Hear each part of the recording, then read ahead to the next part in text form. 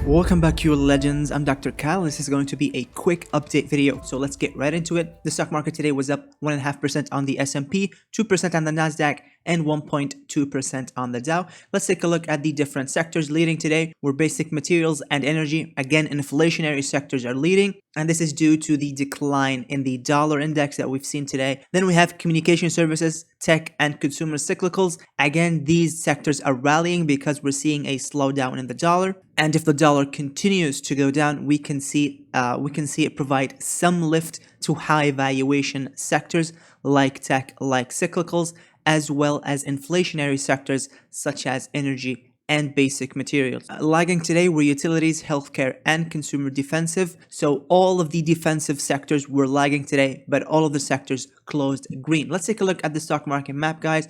Again, very green all over energy and big cap tech. Apple, Microsoft, Google, Meta, Nvidia, AMD, Amazon, Tesla. Really all of the stocks that you want to see green on a risk on day were green today. And again, all of this was provided thanks to this little thing called the DXY, the dollar index. We're seeing the dollar cool down significantly for a plethora of reasons. Number one, we had the ECB, the European Central Bank, raise rates by 75 basis points. ECB raises rates by 75 basis points and promises more to come. Christine Lagarde is promising several rate hikes in the coming months to bring inflation down. We're also seeing the Bank of Japan signaling that all options on the table to rescue the Japanese yen, which has been on the decline for months and months now. But the Bank of Japan is now saying that they're ready to take the necessary steps without excluding any options. And this is signal to the market that the Bank of Japan is actually prepared to start buying their own currency to prop it up. And so the strength in the yen as well as the strength in the euro is driving the dollar index down. Overall, guys, still the dollar is still showing strength. We're still in bullish territory. We're getting very close to a bearish crossover, but we're still seeing higher highs and higher lows. And we're still trading above the 20-day moving average. Now, with all of that being said, guys, it is still possible to see the dollar index go down and for stocks to go down as well. And this happens in the last stage of any bear market. And that happens when gold starts to take over. Due to the strength of the dollar over the past several months, as Jay Powell has been hiking rates, we've actually been seeing global inflows into the dollar. And that provided a lot of uplift to the dollar. But as more and more central banks continue to raise rates, catching up with the Fed, you'll see big money beginning to exit out of the dollar and into gold, right? And this is really the last stage of bear markets and the worst stage. Okay, the last stage is always where we see the most severe selling and when the market really gets shocked. We've seen abysmal, absolutely horrendous performance out of gold, really due to the strength of the dollar, really ever since the Fed began to raise rates back in March, right? We had this beautiful rally in gold prior to that rate hike throughout really February and early March as the market was selling off. And since then, we haven't seen really any inflows into gold, and that's been due to the strength of the dollar. But as the dollar begins to weaken in comparison to other currencies, you'll see again more flight to safety into gold out of the dollar. We're beginning to see some of that happening.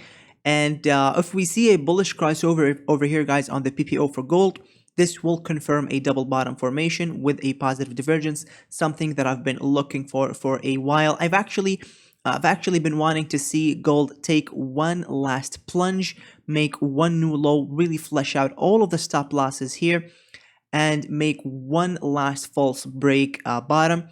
That would be my ideal entry. If we don't see that and we see a bullish crossover before that happens, I'll begin to build out my position in gold. Now let's take a look at the S&P 500, guys.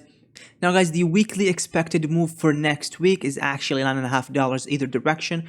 So the upper expected move is sitting at $416 and the lower expected move is sitting at $397. Keep in mind, guys, that we do have several really major economic events next week, including the CPI and the PPI. And so those will be market moving events, but I do want to show you something very, very interesting. And it's this, again, our trusty friend, the HYG, the high yield bonds, the big money. And just look at this candle. Does this candle look anything like this one? I mean, it's very obvious the stock market is very, very bullish. Dumb money is very, very bullish. We're seeing 3 consecutive days of rallies. We've actually gapped up today. But just look at the HYG.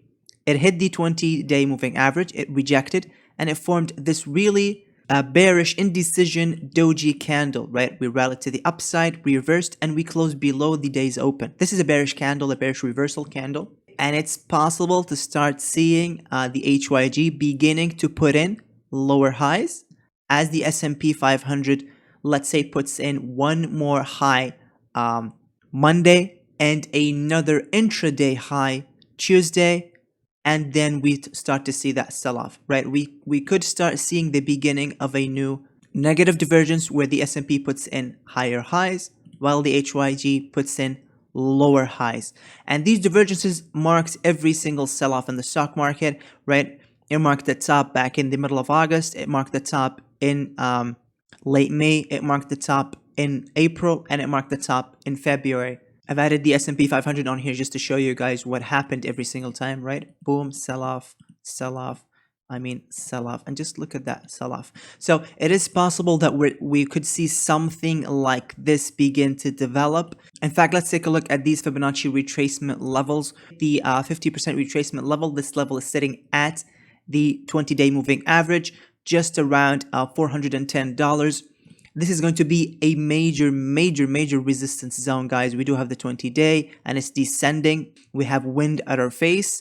And we have the 50% retracement level, and we have a lot of chop at this zone, right? We rallied before, and then we had chop. So this is obviously a resistance level. It's not unheard of for bear market rallies to rally to 50%, sometimes 62% of the retracement level. In fact, the first ever bear market rally that we had since the beginning of the year, back here from the top to the bottom. Look at this, guys. We retraced 62% of the move, and we closed above that retracement, and still we got a double rejection and a sell-off. Fundamentals haven't changed, guys. The market is still way overvalued. I'll take a look at valuations at the end of this video. Please stick around to see how insanely overvalued the stock market still is. And keep in mind, guys, as long as the S&P 500 continues to show strength and the HYG continues to show weakness, this is very sad to say, but it's true. It will just suck in more and more of the Johnny-come-lately bulls,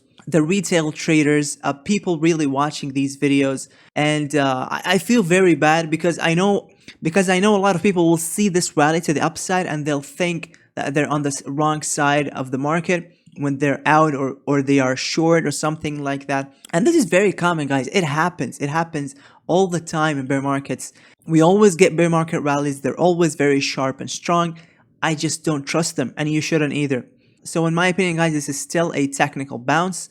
It has been fueled a little bit more by that weakness in the dollar.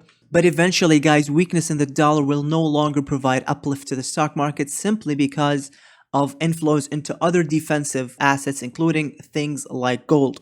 And so this inverse relationship between the dollar and the S&P 500 will come to an end as soon as big money starts to switch over to gold.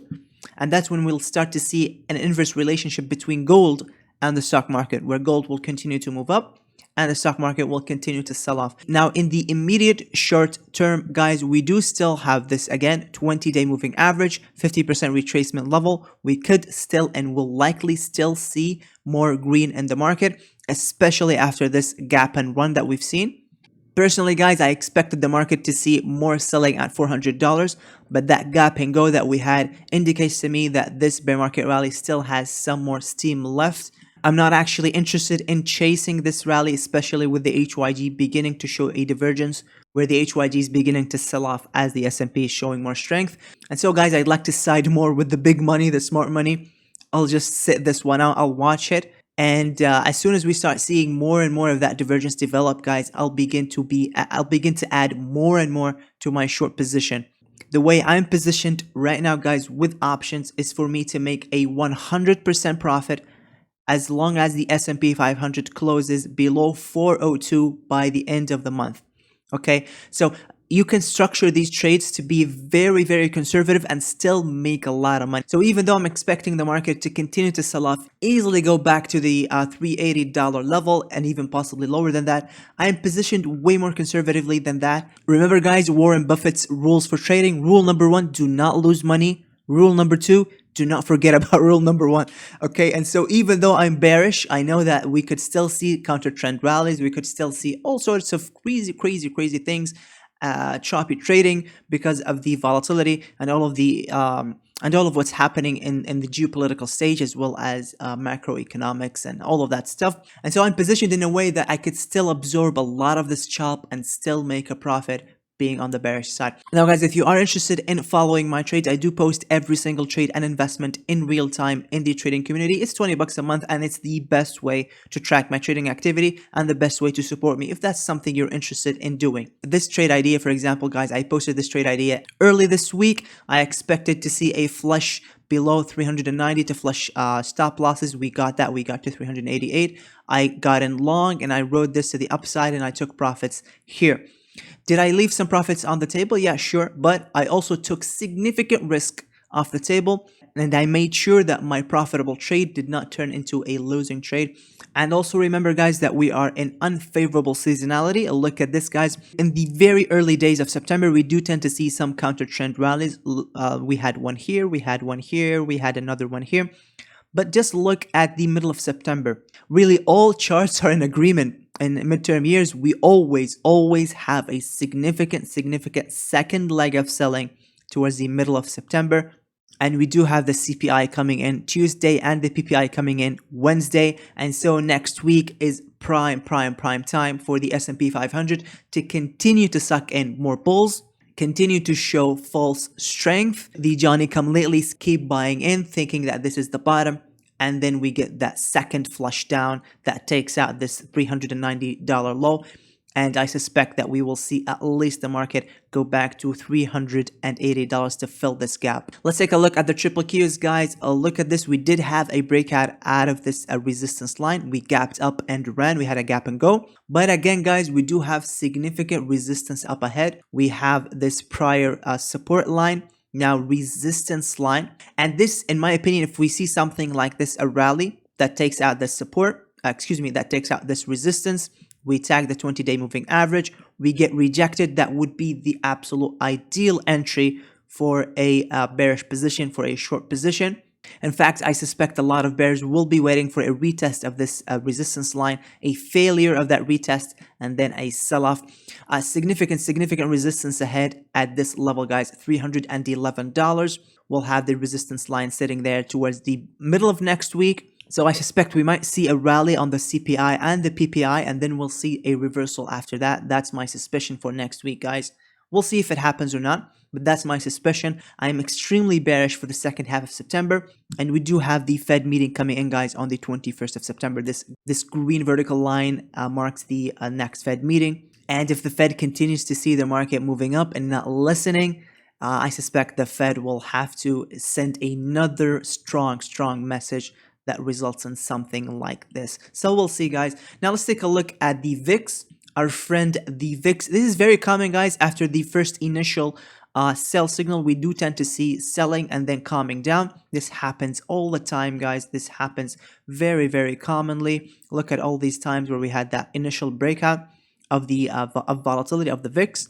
Then we had a retest, another retest, and now we're seeing another retest.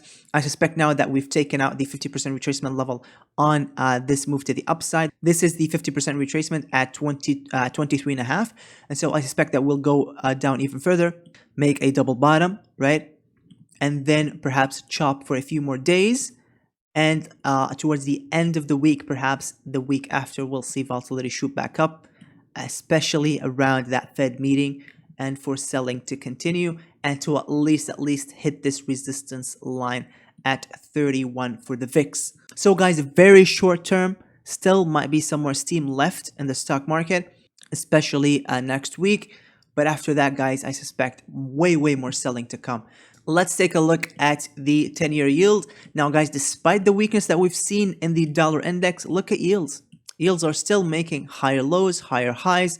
Momentum is still very strong.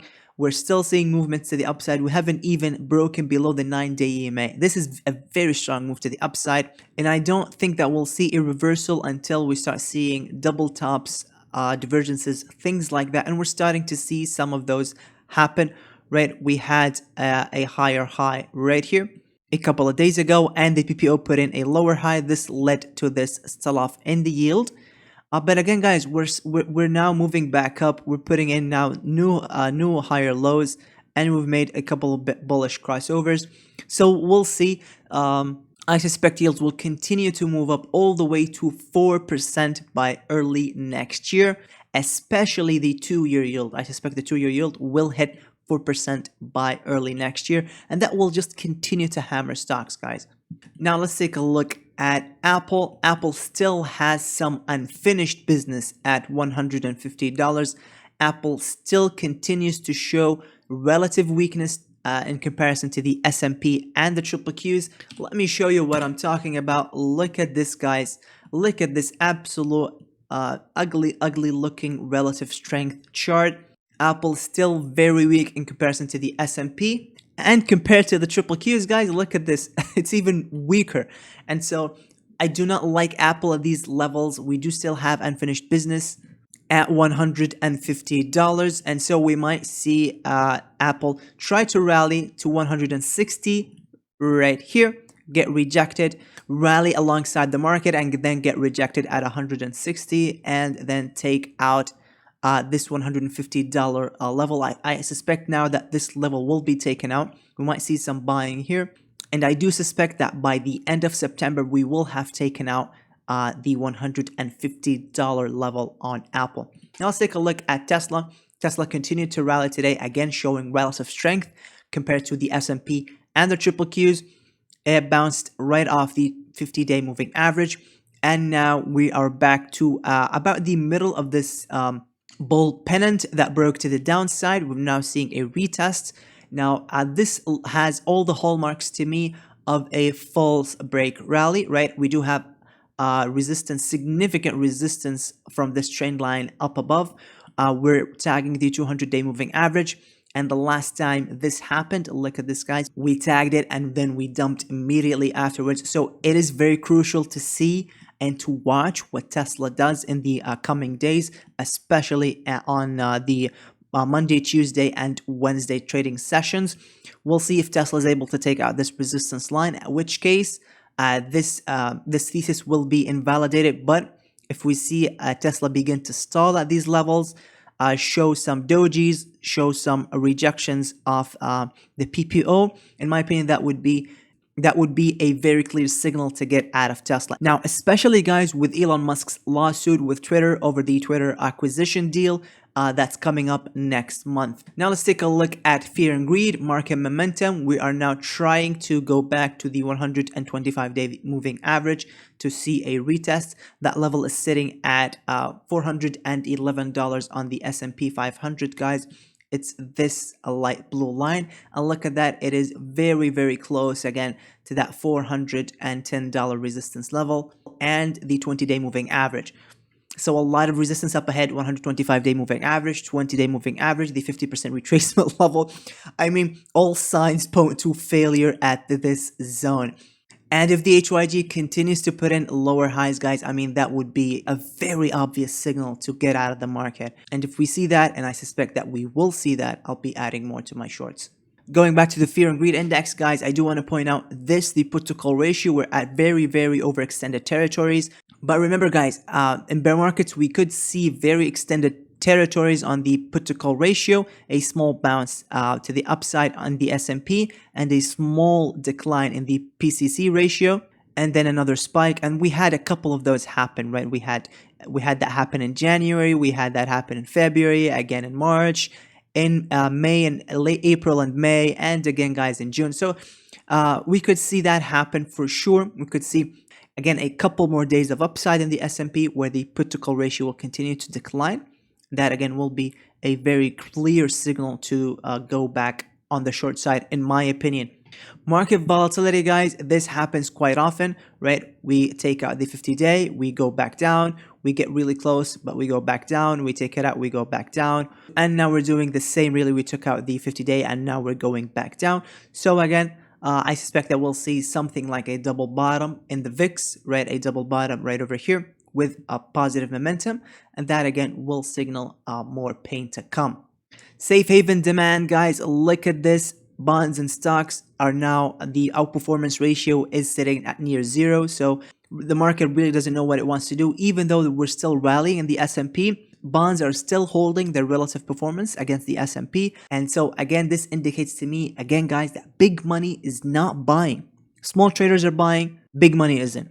Okay, so be very careful when you see things like that. Junk bond demand, we had this massive spike in safe haven demand. We are now back down to 2% on the yield spread between junk bonds and investment grade. This is another risk on risk off signal to look at. And as of right now, we are still risk on, but we're slowing down. And so again, are we going to see the HYG put in lower highs and the S&P put in higher highs? I suspect that we will. When all is said and done, guys, this is the $1 million chart. This is the stock market valuation chart, the S&P 500 historical PE ratio, and we're still one full standard deviation above the historical average.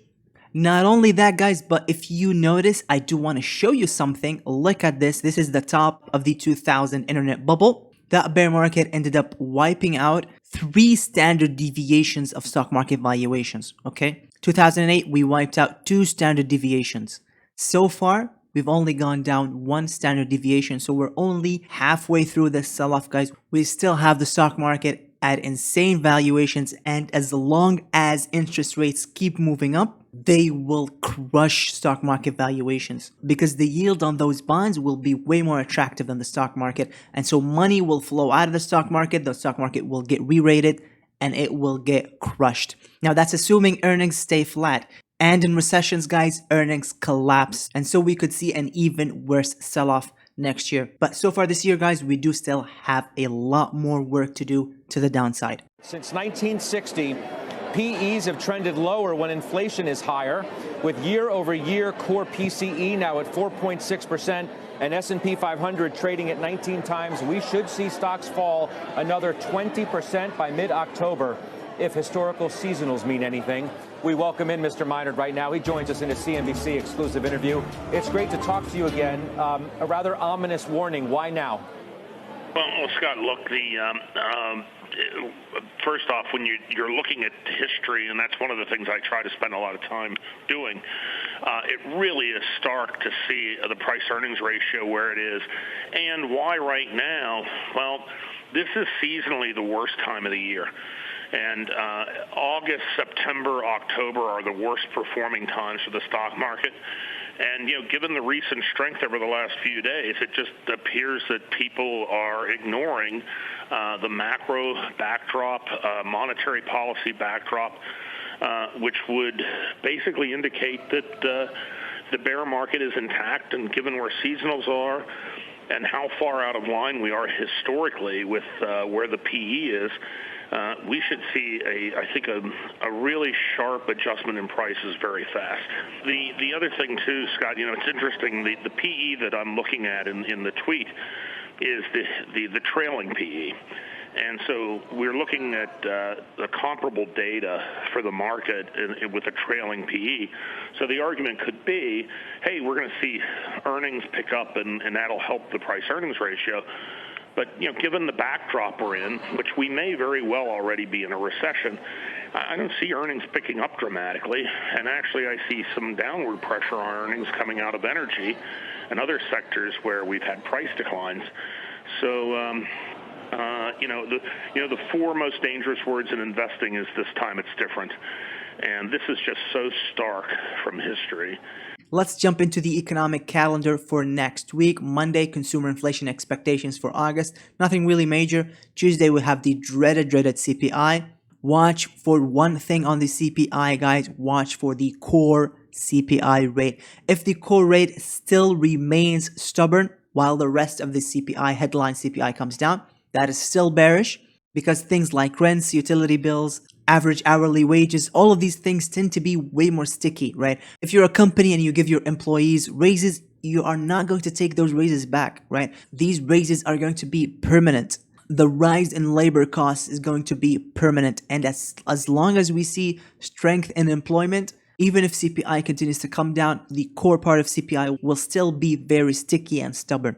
Wednesday, guys, we'll also have the PPI reading.